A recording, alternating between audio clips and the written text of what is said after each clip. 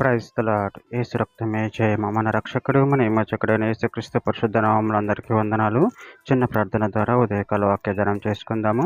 పరిశుద్ధుడ మహాగణుడు అనే దేవ యేసయ్య సర్వాధికారి నాయన మీకే వేలాది వందనములు కృతజ్ఞత స్తుతి స్తోత్రం చెల్లించుకుంటున్నాను దేవ ఉదయకాలం ప్రభు వాక్య భాగం ధ్యానిస్తుండగా వాక్య భాగం మాకు అర్థమాటలు సహాయం చేసి మీ కృపలో బలపరిచి మీకు మాదిరిగా మమ్మల్ని నడిపించి మీ చిత్తాన్ని మా జీవితంలో జరిగించమని చిన్న ప్రార్థన యేసుక్రీస్తు పరిశుద్ధ నామములో అడిగి వేడుకుంటున్నాను తండ్రి. Amen amen.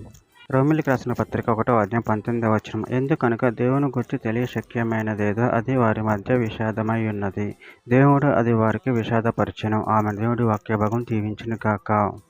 ప్రభునందు ప్రియులారా, ఇక్కడ వాక్య భాగంలో గమనించినట్లయితే ఎందుకనక దేవుని గురించి తెలియశక్యమైనదేదో అది వారి మధ్య విషాదమై ఉన్నది, దేవుడు అది వారికి విషాదపరిచెను.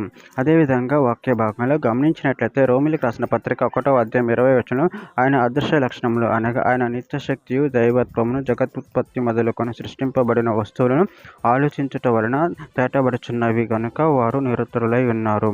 యెషయా గ్రంథం 40వ అధ్యాయం 26వ వచనం, మీ కనులు పైకెత్తి చూడుడి, వీటిని ఎవడు సృజించును, వీటి లెక్క చొప్పున వీటి సమూహమును బయలుదేరి చేసి వీటన్నిటికి పేర్లు పెట్టి పిలుచువాడే కదా. తన అధిక శక్తి చేతను తనకు కలిగి ఉన్న బలాతిశయం చేతను ఆయన ఒక్కటి ఆయనను విడిచిపెట్టడు. ఇర్మీయా గ్రంథం 10వ అధ్యాయం 10వ వచనంలో, యెహోవాయే నిజమైన దేవుడు, ఆయనే జీవము గల దేవుడు, సదాకాలం ఆయనే రాజు, ఆయన ఉగ్రతకు భూమి కంపించును, జనములు ఆయన కోపమును సహింపలేవు. యోహాను సువార్త 1వ అధ్యాయం 9వ వచనం, నిజమైన వెలుగు ఉండిన అది లోకంలోనికి వచ్చుచు ప్రతి మనిషిని వెలిగించుచున్నది. కీర్తన గ్రంథం 145వ అధ్యాయం 10వ వచనంలో, యెహోవా నీ క్రియలని నీకు కృతజ్ఞతాస్తుతులు చెల్లించుచున్నవి, నీ భక్తులు నిన్ను సన్నుతించెదరు. ప్రసంగి గ్రంథం 3వ అధ్యాయం 11వ వచనం, దేని కాలం నందు అది చక్కగా నుండినట్లు సమస్తమును ఆయన నియమించి ఉన్నాడు, ఆయన శాశ్వతకాల జ్ఞానమును నరుల హృదయం అందించి ఉన్నాడు గాని దేవుడు చేయు క్రియలను పరిశీలనగా తెలుసుకున్నట్టుకు అది చాలదు.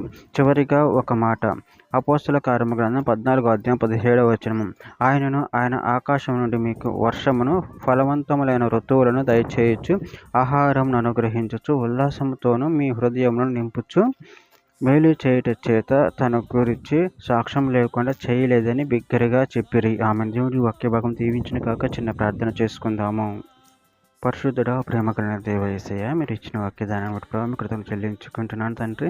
నాయన మీరే మిమ్మల్ని గురించి విషాదపరిచి ఉన్నారు తండ్రి. ఆకాశంలో భూమిని మీ గురించి తెలియపరుస్తున్న ప్రభావ దాన్ని బట్టి ప్రభావ కృతజ్ఞతలు చెల్లించుకుంటూ మీ ప్రేమ కృపను మమ్మల్ని బలపరిచి స్థిరపరిచి మీకు మాదిరిగా మమ్మల్ని నడిపించమని చిన్న ప్రార్థన యేసుక్రీస్తు పరిశుద్ధ నామములో అడిగి వేడుకుంటున్నాను తండ్రి. Amen amen amen.